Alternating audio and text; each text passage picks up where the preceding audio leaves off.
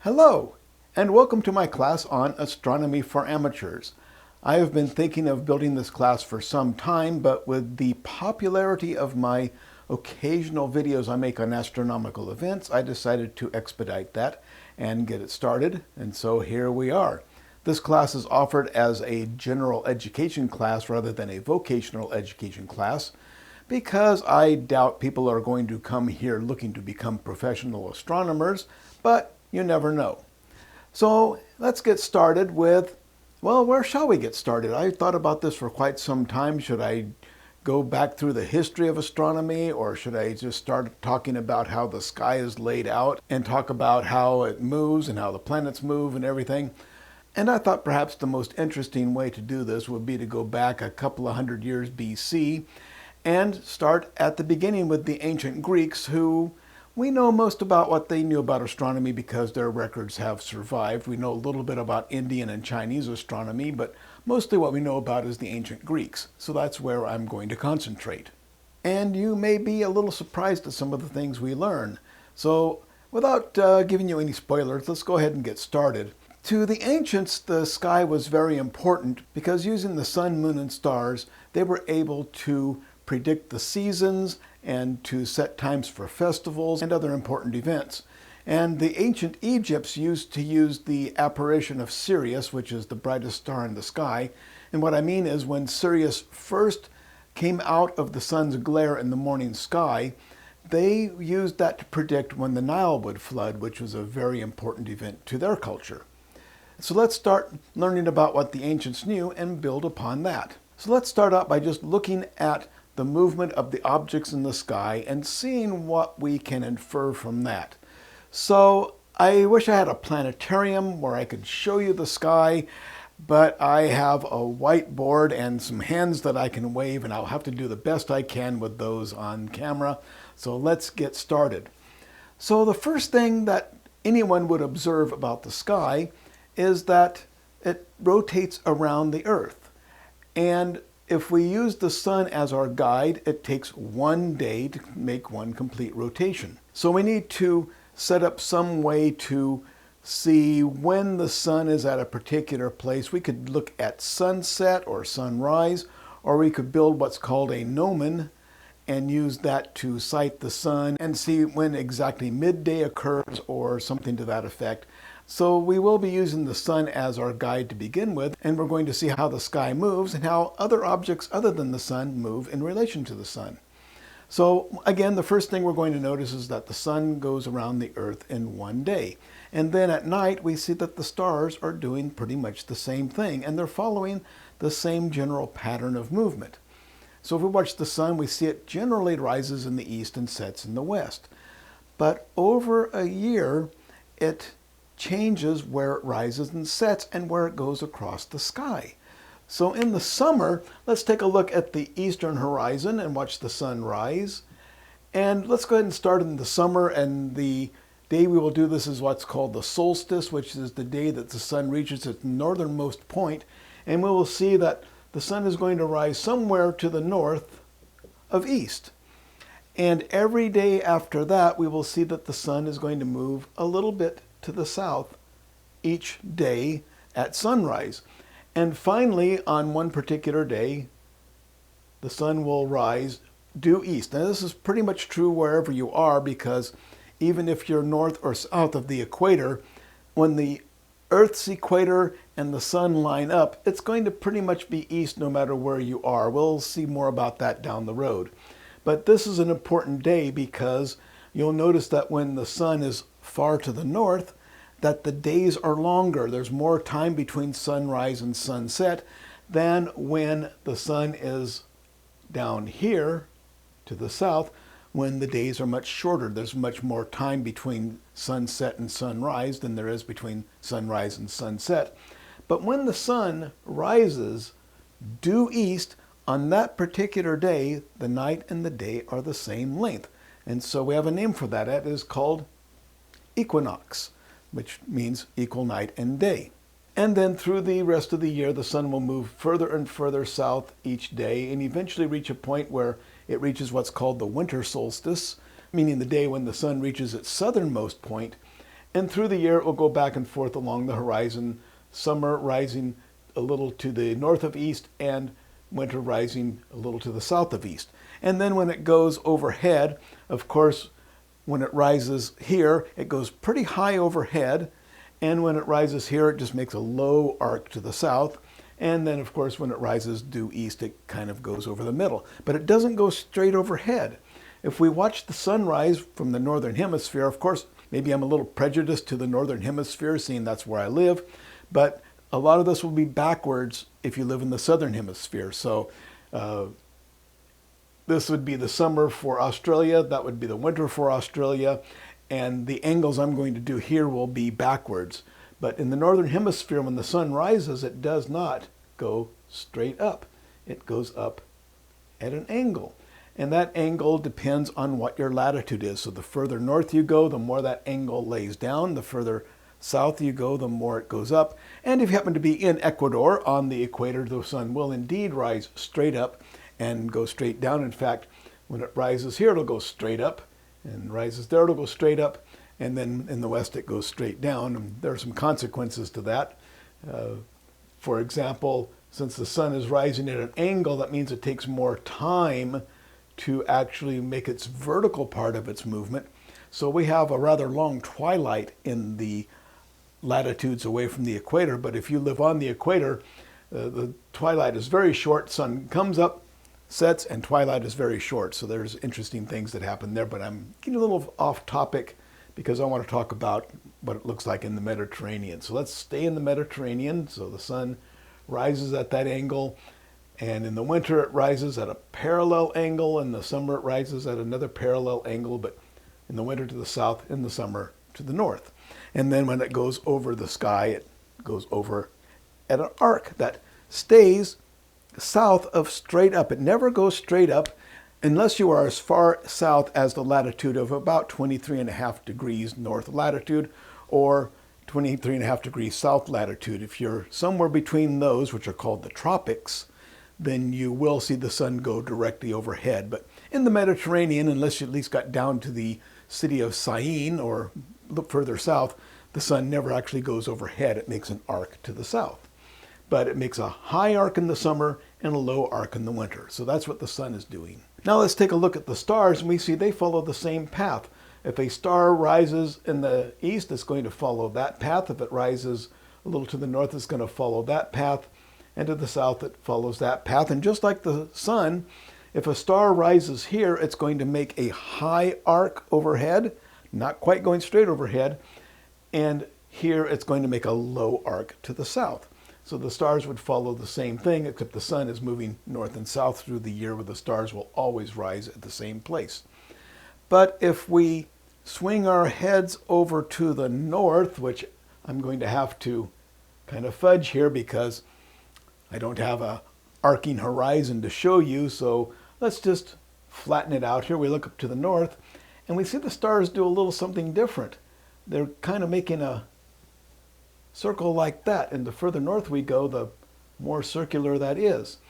And what we find is that there's a point in the sky in the Mediterranean that's going to be between around 30 and 40 degrees above the horizon, depending on where you are. And stars close to that point will make a little circle around there. So it depends on how close you are. And stars further from it, we'll notice that some stars will rise, be in the sky for quite some time, and then set. And they're not below the horizon for very long, but of course, stars further north will make that circle around that point in the sky, which you look up and that point is about, it depends on what your latitude is. So where I am, a little south of 33 degrees north latitude, that point is a little less than 33 degrees above the horizon. Now, of course, here in the northern hemisphere, we have a nice little thing to look at right there called Polaris. I'm not going to make it as a point because it actually is not on the celestial pole. It's not perfectly centered on this place. It's actually almost a degree away. So Polaris actually makes a little circle about a little more than a degree in diameter. but it's so close near it makes no difference. Most of the time we look up there and we see the North Star. However, we're not talking about now, we're talking about 2,000 years ago, and the Earth's axis has moved since then. We'll talk more about this down the road, but 2,000 years ago, Polaris was not the North Star. There was no North Star. Polaris didn't get its name until thousands of years, about 1,500 years later or so. I don't remember the exact date, but Polaris was named fairly recently because now we look at the point in the sky where the whole sky rotates, which is known as the celestial North Pole, and less than a degree from there is Polaris, making this little circle. And I'm going to redraw this a little bit. I'm going to draw the Ursa Minor constellation, the Little Dipper. So there's the North Star. We've got a number of stars here. Looks something like that. And now the celestial North Pole is very close to that, right about there. But 2,000 years ago, it was right about here. So it moves. It moves because the Earth's spin like a top. If you spin a top, you'll see that it kind of gives this little wobble, or a gyroscope. It kind of wobbles around as it spins. Well, the Earth is doing that too, except it takes 26,000 years for it to make one complete wobble. And so this point in the sky is making a circle around there. I think that's actually going the other direction, because that's where it was 2,000 years ago. That's where it is now. So it's going around in that kind of a circle there. And so the celestial North Pole, if I do this a little better, 2,000 years ago, those two stars on the Little Dipper made a nice little pointer to point to the pole. And when it made a right angle with what we now call Polaris, that's where the pole was. I don't know if they used that as a aid to find the celestial North Pole, but that's where it was, and they could have 2,000 years ago. But of course, 3,000 years ago, that was way down here, so it over the eons it has moved. But nevertheless, there was and still is that point in the sky that all the stars go around. But then if we look down to the south, let's draw a horizon here, looking down to the south, what happens to the stars down there? Well, they will rise and make a low arc. The further south they are, the lower that arc will be. And some stars will just barely make it up and then go back down. We'll never see them for very long. Of course, the further north that star is, the higher that arc is. And one notable star that I always watch for in February to March is Canopus. It's the second brightest star in the sky. And in February, it pokes up above the southern horizon around 10 o'clock in the evening or so. That's very, very rough, but I often look for that, because if I'm driving around at that time of night, at that time of the year, and I turn south, I just always look, can I see Canopus? Aha, there it is. Sometimes you can, sometimes you can't. But it's only visible for a couple of hours each night, because it comes up and then just goes back down.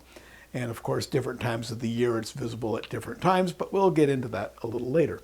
So stars to the south don't come up very high, then go down. The further north they are, the more they come up.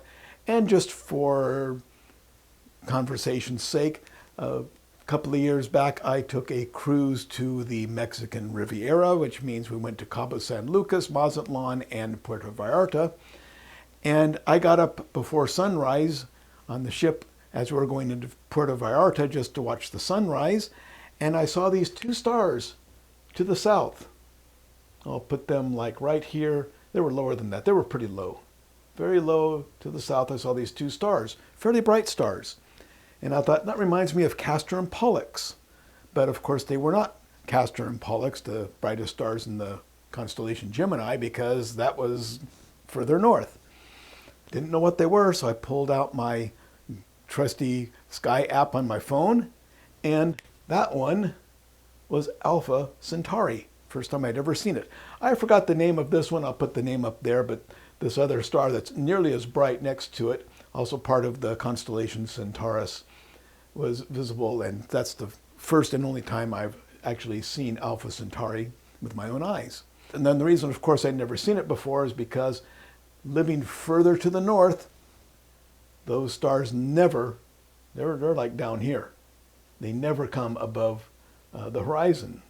So I never see them up here in the States. You might see them in Florida. I'm not sure if Florida is far enough south, but here, those stars never come above the horizon. So if we could see the celestial South Pole, it would be somewhere down here where we can't see it because the Earth happens to be in the way. So what's that tell us? Well, as we watch the stars move across the sky each night, we see from the horizon, we see them rise up, go across and set, and we see that they go around a point in the sky to the north and around another point in the sky below the horizon to the south. And if we can use our imaginations a little bit and just get the Earth out of the way, what does the sky look like? So let's just imagine ourselves sitting in space with no Earth. We're going to see what looks like a sphere of stars all around us. And we really can't tell how far away they are, so they all, for all intents and purposes, look the same distance. And so that sphere of stars is rotating, and the axes are tilted from our latitude in the Mediterranean. They are tilted 30 to 40 degrees to the south. So if we were in Ecuador, we would see that, well, let's go ahead and draw this. Let's say we're in Ecuador, looking north. What would we see? There's the north horizon, and we would see, in modern times, we'd see Polaris making a little circle just above and below the horizon, and we see the stars doing this. And if we look south, what are we going to see? Same thing, except there's no Polaris down there, but the stars going let's see, if we look north, the stars are going that way, counterclockwise. If we look south, they're going clockwise. So we see this sphere going this way. Actually, I have to angle myself here, going around and around and around. So that's the way the sky looks. These stars in this celestial sphere that I'll talk about occasionally, rotating around on this tilted axis. And then we put the Earth back in there, and we can see them rising in the east, setting in the west, rotating around the celestial North Pole, and rotating around the celestial South Pole that we can't see because it's below the horizon. So that's what the sky looks like at night, all the stars rotating around at about the same speed as the sun. So back to the sun rules the day and the stars rule the night. And that goes on over and over again. And it takes one day for one complete rotation, about an average 12 hours for the sun to go around, then another 12 hours for the stars to go around, each taking up half of the day. Now let's take a look at some other things. We've got it established that the sun and the sky are moving around at approximately the same speed each day. The moon, however, is a little different. If we watch the moon, we will see, well, let's start at a sunset, at a usable time. Sun has set, so sun is somewhere below the horizon. It's starting to get dark. We're still twilight, and we're looking west. So which way did the sun set? Remember, to the east, the sun went up at an angle like that. So we turn around to the west and watch the sun set. It sets at the opposite angle. So the sun went down like that. And this particular day after sunset, we look out, and what do we see? We see a thin crescent moon. Now notice the way I drew this. There's the sun. Here's a line between the sun and the moon. Just happens to be on that same line. It isn't always there. But notice that the moon points to the sun. So if we draw a line between those 2 points there to make a straight line, make a line perpendicular to that, this arc points toward the sun. So sometimes we look at the moon after sunset and we see the moon like that. Other times we might see it like that. It depends on some angles of some things I'll talk about down the road, but this is always going to point towards the sun. So let's just leave the moon there for now. And so the next day we come out and we see that the moon is further along this line. Now, it's not always going to be on the same line that the sun set on because of the angles of such. Sometimes it'll be down here or up there, but still will point at the sun. But let's just keep it on that line for now. And 2 things have happened. One, the moon's a little bigger. It's not such a thin crescent. It's a little thicker of a crescent. And it still points at the sun, but it has moved. approximately 13 degrees. A little more, but about 13 degrees from where it was the night before. And then the night after that, we see it's moved about another 13 degrees. It's gotten a little bigger, and it's moved another 13 point some odd degrees. Don't know off the top of my head what the decimal is, but approximately 13 degrees. And so the moon moves differently. So let's take a look at this a different way. Let's get a gnomon, a little sun sighting thing. And now it's going to be noon, so the sun is directly over that gnomon. And let's say the moon has gotten far enough from the sun and is bright enough that we can see it. So here's the moon over here. And the next day, everything rotates around. Sun comes back up and the moon is 13 degrees from where it was before. So what do we conclude from that? The whole sky is going around. The sun came around to the same point, but the moon was behind, falling behind by 13 degrees every day. Well, it looks like the moon is actually rotating around the Earth a little slower. So the moon passes by the sun. We don't see that. We call that the new moon, but we can't see it because the sky is too bright. But then every day it's 13 degrees behind. Eventually falls to where it's 180 degrees behind, falls behind more and more, and actually starts to catch up, and eventually after 28 days catches up again. So the sun is moving at one speed, and the moon is moving a little bit slower. So we have these two celestial objects moving at different speeds. And so each day we'll see the sun about 13 degrees further east compared to the day before. Now let's look at the stars.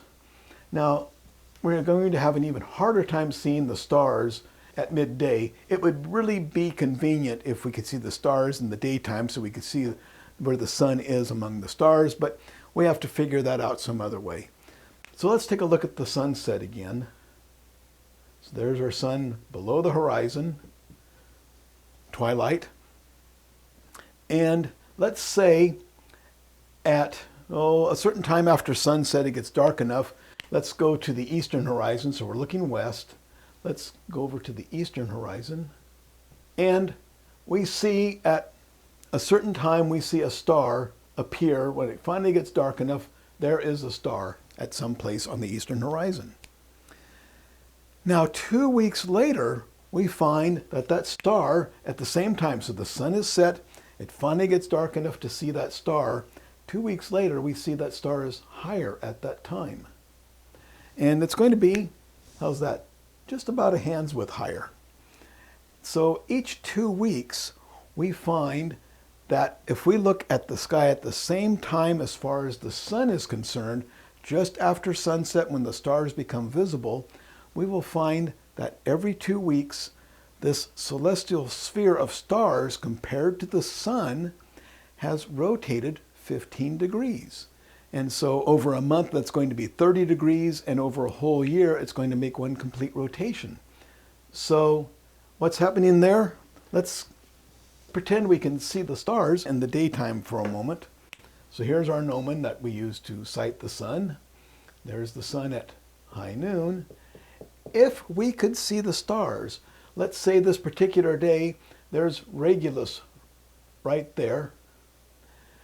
And the next day, sun goes around, is exactly over that gnomon again, so it's the same solar time. It's solar noon, and we find that Regulus has moved a little to the west. So the moon falls behind the sun about 13 degrees a day, but the stars get ahead of the sun by about 1 degree per day. And so the next day, sun goes around, comes back, high noon over the gnomon, and we see that Regulus has moved about another 1 degree. Well, each day, 1 degree, approximately 1 degree each day. So we concluded that the sun is going around the earth. The moon is going around slower because it falls behind about 13 degrees a day, but the stars are moving faster because they gain ahead of the sun by about 1 degree a day. In fact, that's where the 360-degree circle came from, because it takes 365 days for that cycle to go all the way around. So Regulus gets a degree ahead of the sun each day. Each day, funny, gets around and comes, and a year later, funny, the sun catches up to it again. It takes 365 days. It took a while to actually figure that out exactly, so they use that to divide circles into 360 degrees, because it's close to how many days it takes for this phenomenon to happen here. So what have we determined? The whole sky is rotating around the Earth, the moon is rotating slower, and the stars are rotating a little faster than the sun. Now there's 5 special stars that the Greeks called planetae, which we've derived the English word planet from, and these 5 stars are different. They move among the other fixed stars. So all the stars in the sky never change their relationship to each other. They all move around together in a rotating celestial sphere, never changing, but 5 of them move among the other stars. 2 of those, known as Mercury and Venus, never get very far from the sun. So let's take a look at the sunset again. Here we go, looking west. The sun is setting somewhere between here and here. Don't care which day it is just yet. But we notice, let's just say the angles are such that here's the sun below the horizon, and one day we see a little star right about there. And the next day it's a little higher. So each day when the sun gets to the same place and gets just dark enough, this little star, let's try to draw them in a straight line. It could be angled different ways, but for right now we'll just have it straight up. Each day that star is a little higher. After a couple of weeks, maybe about 2 or 3 weeks, not very long, it stops and then it turns around and goes back down. Now it changes in brightness. It's bright, pretty bright when it comes up, gets a little bit brighter, and then suddenly fades and disappears. So day by day, we see this one star go higher and higher and higher, and then lower and lower and lower. And then it goes into the morning sky. So now we go in the morning and look into the east, and just before sunrise, there it reappears. And over a period of about 2 or 3 weeks, maybe about 3 weeks, it goes up, and after that 3 weeks or so, it stops, turns around. I think it takes, 6 or 7 weeks. It's a very short period of time for it to make this little cycle. So up and back down, evening sky, morning sky, evening sky, morning sky. So it goes back and forth on opposite sides of the sun over this fairly short period of time. And of course, we call that one Mercury. So that's one of the wandering stars. By the way, planetae means wanderer, and so that's one of the wandering stars. There's another one called Venus. It does the same thing, but it goes further. It'll go up to, I think, up to 47 degrees from the sun, if I remember the numbers right. Stops, comes, and gets extremely bright shortly after its greatest elongation, as it's known. Gets extremely bright and then falls back to the sun. Now, depending on the time of year, it may go over like that, or may go up like that. In fact, if you follow it day by day, because of the way angles change, you would see Venus go up, and then up and over, and then down like that. It's just because of all the angles change. We'll talk about these angles down the road. But we see it never gets very far from the sun, and its maximum is, I think, 47 degrees, if I remember right. And then it goes into the morning sky, and it takes a little less than 2 years for one complete cycle. So it stays in the evening sky for about 9 months, moves into the morning sky for about 9 months, roughly, and moves back and forth from the morning to the evening sky. Never gets more than about 47 degrees from the sun. Those are 2 of the planets, or planetae, or wanderers, that never get far from the sun. But the other 3 are a little different, because they will get all the way to the opposite side of the sky from the sun. So let's start out with Mars, and we're going to start out after sunset, looking east, and so maybe an hour after sunset, maybe less, we see there's Mars, very bright, very red in the eastern sky. And we follow these 3 planets that do get far from the sun, and what we're going to see is that each day they move a little bit ahead of the sun. So they're pretty much staying with the stars, but they move a little bit slower. So let's go ahead and draw some stars here. And I'm just going to make an arbitrary star here. I'm not going to try to give it a name. I could, but I'm not going to. So there's a star, and there's Mars. So I'll draw it as a circle, and each day Mars gets a little closer. I don't know off the top of my head how far Mars moves in a day, but it does move faster than the sun. So it keeps up with the stars, but not quite as much. So it moves a little east each day. And a funny thing happens. Mars is going to keep going. It's past that star. When it's starting to get to the point where Mars is getting close to rising when the sun sets. So let's draw a horizon here real quickly and say at sunset, Mars is down here. We can't see it yet. It's going to take a couple of hours, 15 degrees per hour actually. So let's say it's 30 degrees below the horizon. It's going to take 2 hours before Mars finally comes up. And remember that the stars are moving faster than the sun, so the whole set of stars and planets is moving a little faster than the sun. So each day, this is going to happen a little bit earlier. So let's go back, make sure we're following what we talked about before. I want to just remind us that, remember that we saw a star right here as soon as the sky got dark enough for us to see stars. 2 weeks later, what was it? It was 15 degrees higher. And then 2 weeks after that, it's another 15 degrees higher. So actually, if I want to be accurate, I want to, just to be accurate, remember we're in the northern hemisphere and this whole celestial sphere is tilted. So we see a star here as soon as the sky gets dark enough to see stars. 2 weeks later, it's here. 2 weeks after that, it's here, because remember that this whole celestial sphere is rotating on a tilt. So the stars are going a little bit faster than the sun. So compared to the sun, every 2 weeks they rise about an hour earlier, and the planets do the same thing. So this star was down here at sunset, and so it took maybe 2 hours before you could see it. Then 2 weeks later, it was here at sunset, so it took only 1 hour before it rose, and then voila, one day it's on the opposite side of the sky as the sun and rises as the sun sets and becomes visible about an hour after sunset. So that's what the stars are doing. Each day they move a little bit to the west compared to the sun. Planets are doing the same thing. So let's go back to Mars. And we see that one day Mars doesn't rise until 2 hours after the sun. So when the sun sets, it's down here. 2 hours later, it comes above and we can see it. 2 weeks after that, it's closer to the horizon when the sun sets, and so it only takes an hour before we can see it. And then 2 weeks later, it has moved to here. So the sun sets, the Mars rises, and there it is. Now remember, we're going to look at this among the stars. Hope we can follow this. Here's a star, and Mars is moving a little to the east each day.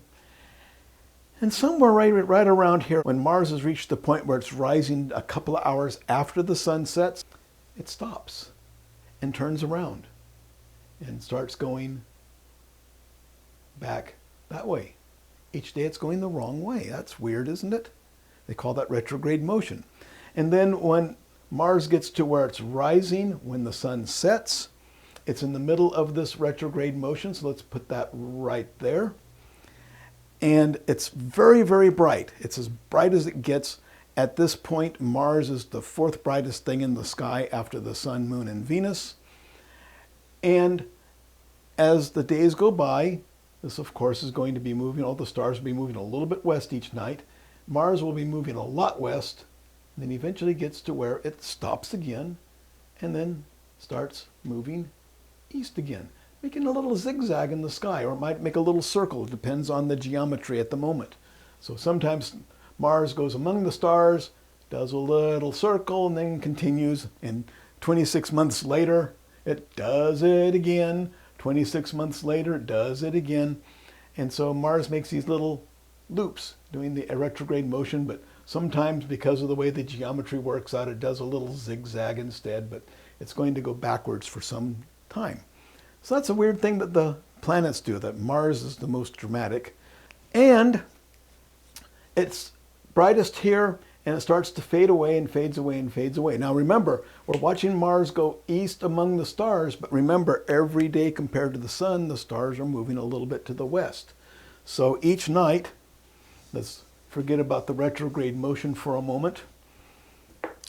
So each night, let's look at our eastern horizon. Mars is going to move a little to the west each night. So sunset, Mars is there. Next day, sunset, Mars is there. Next day, sunset, Mars is there. And we can watch it go across the sky.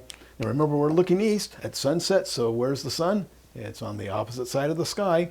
But we watch Mars work its way across the sky a little bit each night over the months. It's going to get closer and closer. Don't have a dome I can show you, so this is going to go around toward the west and get closer and closer to the sun. So let's switch horizon. We're looking to the west. Remember, we're watching this around sunset, so this whole thing was happening shortly after sunset. So the sun was setting in the west. We saw Mars to the east. Each night it's a little bit higher, further to the west. And now after, I don't know off the top of my head how many months, but now Mars is getting closer to the sun each day. And now it's gotten very dim. It's just hardly noticeable. It's just an average brightness star. And eventually it's gone.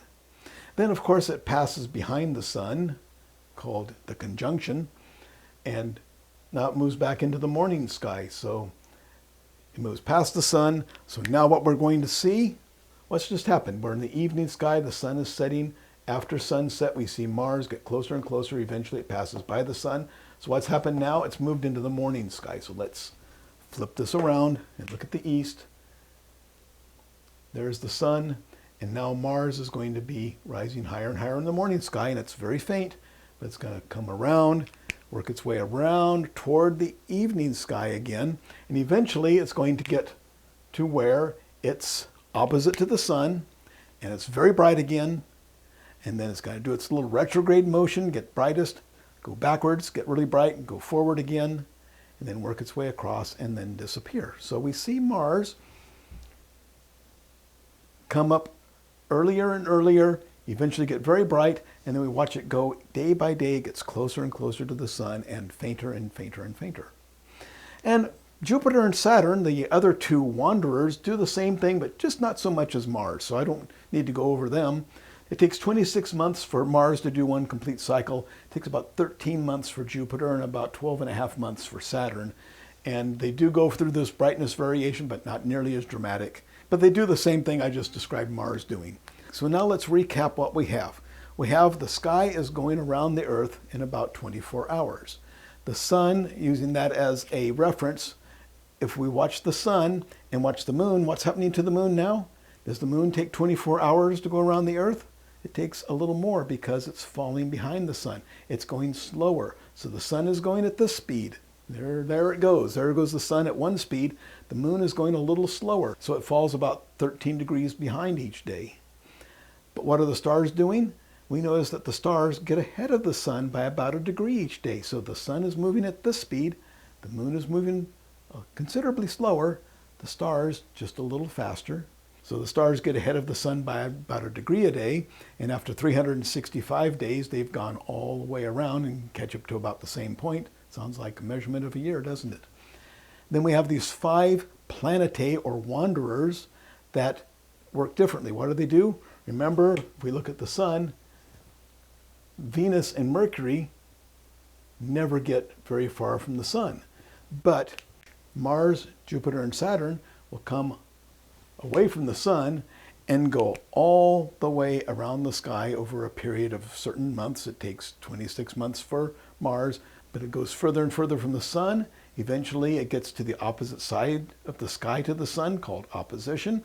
It's at its brightest, and then it goes a little west each night. Remember, the stars move a little west each night compared to the sun because they're moving a little faster. The planets too, even though Mars, compared to the stars, is moving east, it's still going faster than the sun, so each night it's a little bit further west.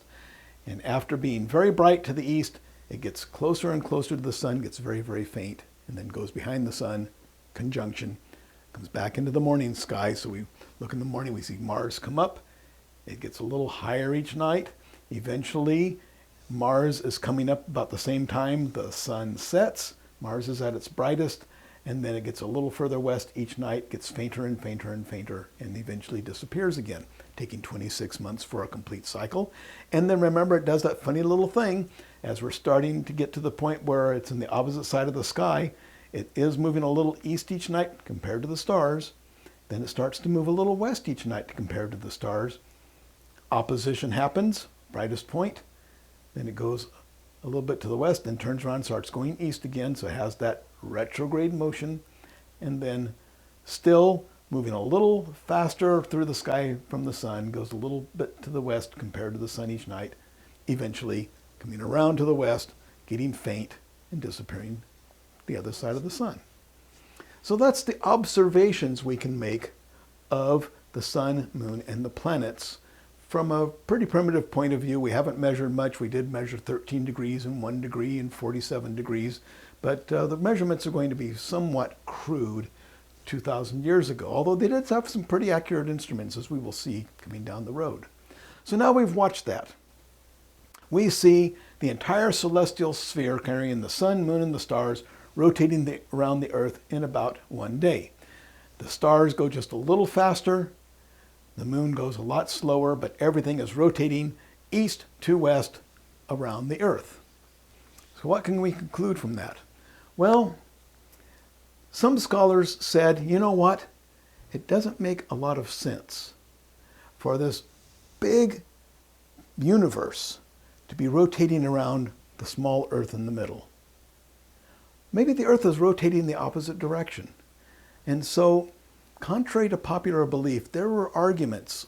So 1,000 years BC, scholars were arguing, is that whole sky rotating around, or is it stationary and the Earth rotating the opposite direction? So they weren't dumb. They did realize that it could be one way or the other, and they argued one way or the other. One argument that the Earth was stationary was, if the Earth is going around when we have these huge winds. Maybe, maybe not. So even back in those days, we had the arguments over who was doing the movement. So it was very easy to say, well, I don't feel any movement, but it's so slow, maybe I just can't feel it. So there were some scholars who said the Earth is moving. Other scholars said, no, the sky is moving. So let's leave it at that for now. And just remember, think about these movements. Go outside tonight and watch the sky move. It's going to move from hour to hour. You'll see that everything is going to move about 15 degrees every hour. If you have the moon, you can watch it for an hour and see how it moves among the stars and get a feeling for how the stars are moving. Look how they're moving to the north and to the south. So just take a look at the movement. I don't think you'll be able to see a whole lot in one night, but you can see, get an idea of how the sky is moving, where the things are, and use that as a reference for taking another look at another day. So the next lecture, we'll talk about some of the measurements that ancients made and what they discovered in making those measurements.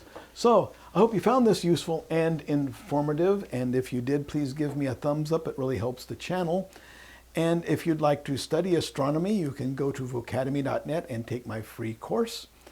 And to help me put these videos online and keep Vocademy free, you can go to patreon.com/vocademy and pledge your support.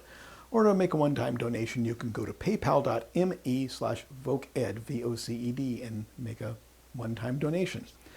As always, a big thank you to my patrons and donors. I couldn't do this without your support. And thanks to everyone for watching.